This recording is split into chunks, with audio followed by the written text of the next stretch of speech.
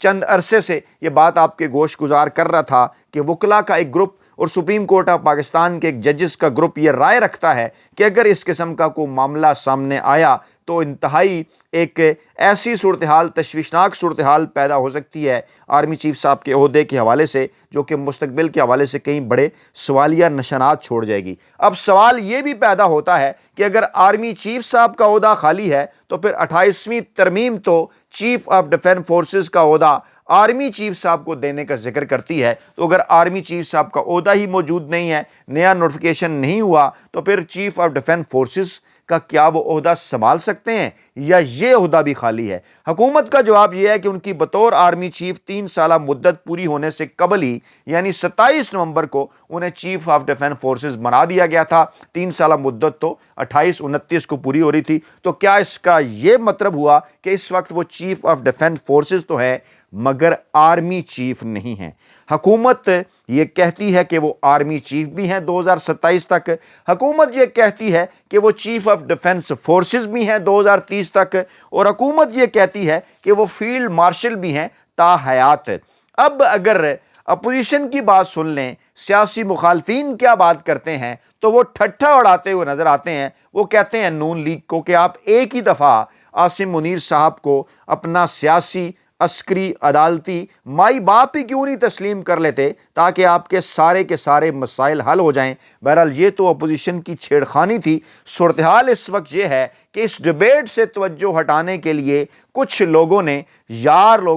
سیر شمشاد مرزا صاحب کو بھی رگڑا لگانا شروع کر دیا ہے، اور گزشتہ رات سے اس قسم کے ویڈیو کلپس اعزاز سید صاحب کے گردش میں ہیں، جس میں یہ کہا جا رہا ہے کہ جناب سیر شمشاد مرزا صاحب نے تو عاصم منیر صاحب کا فیملی ڈیٹا لیک کر دیا تھا، اور اس وقت ان کا نام نہیں لیا گیا تھا ماضی کے اندر۔ پہلے ان کا ایک کلپ وائرل ہے جس میں ذکر کیا جا رہا ہے کہ فیض حمید صاحب تھے، جس میں ذکر کیا جا رہا ہے کہ باجوہ صاحب تھے، جس میں دیگر لوگوں کا ذکر کیا جا رہا ہے۔ اب جناب سیر شمشاد مرزا صاحب کا بھی ذکر کیا جا رہا ہے۔ کچھ لوگ 9 مئی کے اوپر بات کر رہے ہیں کہ جناب کچھ لوگ یہ کہہ رہے ہیں کہ سیر شمشاد مرزا صاحب کو بھی آفر تھی کہ آپ کو آرمی چیف بنا دیتے ہیں، پھر کچھ لوگ یہ دعویٰ کر رہے ہیں کہ جناب انہوں نے 9 مئی میں پاکستان تحریک انصاف کے خلاف بڑی کارروائیاں کی اور معاملے کو روکا اور آرمی چیف صاحب کو بتایا۔ طرح طرح کی کہانیاں گردش میں ہیں مختلف ڈیبیٹس سامنے لانے کے لیے، تاکہ اس بڑی اور اہم ترین ڈیبیٹ کو پس پشت ڈالا جا سکے۔ یہ ڈیبیٹ پیدا کیوں ہوئی ہے، اس کے پیچھے پرسراریت کی تہیں کیوں ہیں؟ سوال یہ پوچھا جا رہا ہے کہ آخر کار میاں نواز شریف نے 2 دن پہلے جو بیان دیا تھا کہ جناب عمران خان نہیں، عمران خان صاحب کے لانے والوں کے خلاف بھی کارروائی ہونی چاہیے، کچھ سوالات اٹھ گئے تھے۔ ڈان نے داریہ لکھا کہ جناب آپ اگر احتساب کی بات کر رہے ہیں تو آپ کو ماضی کے اندر جو لوگ لے کر آئے اور اس مرتبہ جن لوگوں نے عمران خان صاحب کی حکومت گرائی، آپ کو جعلی طریقے سے اقتدار تک لے کر آئے، آپ ان کے احتساب کی بات کیوں نہیں کر رہے؟ اب یہاں میں تھوڑی دیر کے لیے رکوں گا اور آپ کو ایک کتاب کا حوالہ دوں گا۔ اس کتاب کا نام ہے ایجنسیوں کی حکومت۔ 1993 میں یہ کتاب منظر عام پر آئی۔ وین گارڈ بکس نے یہ کتاب چھاپی۔ سینئر صحافی اظہر سہیل صاحب، جن کی دیگر بھی 4-5 کتابیں ہیں پاکستانی سیاست کے اوپر انتہائی شاندار، اس کتاب کا ایک اقتباس میں پڑھ کر آپ کے سامنے رکھنا چاہتا ہوں میاں نواز شریف صاحب کے حوالے سے، اور پھر میں آپ کو یہ بتانا چاہوں گا کہ آخر کار میاں نواز شریف صاحب کی اس پرسراریت کے پیچھے ہے کیا،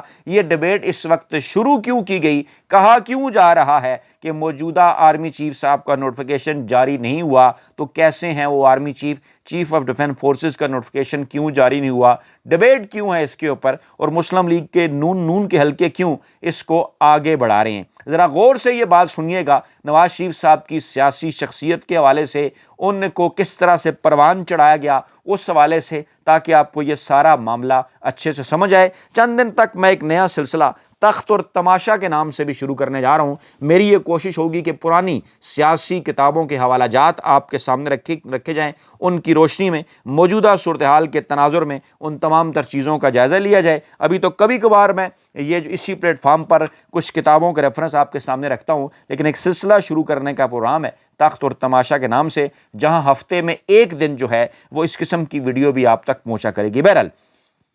لکھتے ہیں جناب اظہر سہیل صاحب میاں نواز شریف پاکستان کے وہ پہلے بطل سیاست تھے جن کی سیاسی پرورش و پرداخت اور تربیت و تہذیب میں ISI کے 5 سابق سربراہوں کی بہترین صلاحیتیں صرف ہوئیں۔ جنرل غلام جیلانی خان نے انہیں تخلیق کیا، جنرل اختر عبد الرحمان نے آگے بڑھایا، جنرل حمید گل نے راستہ دکھایا، جنرل اسد درانی نے اقتدار تک پہنچایا اور جنرل جاوید ناصر ان کے مشیر اقتدار ہوئے۔ ملک کے ان 5 شہ دماغ جرنیلوں کی سرپرستی میں سیاست کرنے اور جنرل حمید گل کے الفاظ میں ہمارا نشان اور ہمارا فخر بن جانے والے میاں نواز شریف کو تمام تر کوششوں اور کاوشوں کے باوجود 2.5 برس سے زیادہ ملک پر مسلط نہ رکھا جا سکا اور آخر کار انہیں اس انداز میں رخصت کیا گیا کہ ان کے ساتھ ملک کے مقتدر حلقوں کو اپنے رفیق دیرینہ غلام اسحاق خان کی بھی قربانی دینا پڑی۔ پیر صاحب پگاڑا کے الفاظ میں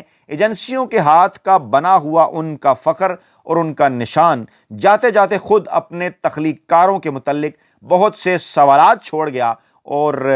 اس موقع کے اوپر یہاں رکتے ہوئے اس کا میں جو لنک کرنے جا رہا ہوں چیزوں کا، وہ ہے جناب اس بات کے ساتھ کہ آگے چل کر آمریت کا ذکر کرتے ہوئے اظہر سہیل صاحب لکھتے ہیں کہ دنیا بھر کے آمر جو ہے انہیں 2 باتیں اپنے متعلق یقینی دکھائی دیتی ہیں۔ ایک تو یہ کہ وہ انتہائی خوش قسمت ہیں، اور دوسرے یہ کہ اللہ تعالیٰ نے انہیں مرد بحران کے طور پر پیدا کیا ہے۔ پاکستان کے تمام آمروں کا بھی یہی حال رہا کہ آہستہ آہستہ خود کو وہ مامور من اللہ سمجھنے لگے کہ انہیں اللہ نے بھیجا ہے۔ ایوب خان سے لے کر یحییٰ خان سے لے کر جنرل ضیاء الحق، کتاب کیونکہ 93 میں آئی، ضیاء صاحب تک کا ذکر ہے، اس کے بعد پھر جنرل مشرف صاحب نے بھی یہی سمجھا کہ جناب وہ اللہ کی طرف سے مامور کیے گئے ہیں، اور شاید اس وقت بھی پاکستانی اسٹیبلشمنٹ کچھ ایسا ہی سمجھ رہی ہے۔ آگے چل کر جب وہ نواز شریف صاحب کے حوالے سے ذکر کرتے ہیں تو وہ یہ بات کرتے ہیں کہ میاں نواز شریف کو چونکہ سازشی فوجی جرنیلوں نے اپنی ضرورت کے لیے سیاسی طور پر آگے بڑھایا اور مسلسل 13 برس تک انہیں اسٹیبلشمنٹ کی مکمل سرپرستی حاصل رہی، اس لیے ان کا اپنے متعلق اس قسم کی غلط فہمی میں مبتلا ہو جانا کوئی اچھمبے کی بات نہیں تھا۔ یعنی میاں صاحب بھی اسی غلط فہمی میں شکار ہو گئے تھے کہ وہ جناب مامور من اللہ ہیں، جس کا ثبوت انہوں نے 1997 میں دیا بھی تھا جب وہ شریعت بل لا کر خلیفہ بننے جا رہے تھے۔ خیر، ISI کے سابق سربراہ جنرل غلام جیلانی خان نے انہیں سیاسی طور پر تخلیق کیا، جس کے بعد جنرل اختر عبد الرحمان، جنرل حمید گل، جنرل اسد درانی اور جنرل جاوید ناصر نے اپنے اپنے عہد میں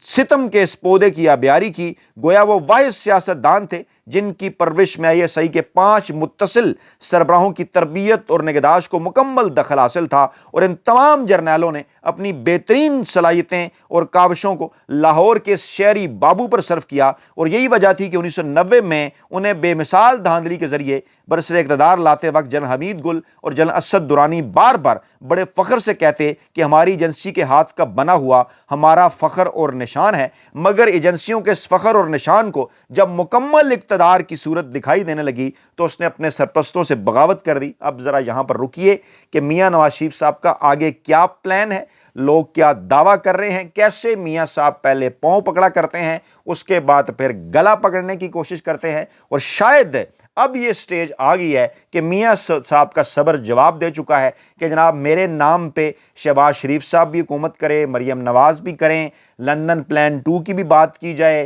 چیف آف ڈیفنس فورسز 2030 تک تعیناتی ہو جائے 28ویں ترمیم کے ذریعے، زرداری صاحب کو بھی سب کچھ مل جائے، تو میرے ذاتی طور پر میرے ہاتھ کیا آیا؟ اس لیے اب اس قسم کی کوشش کی جا رہی ہے،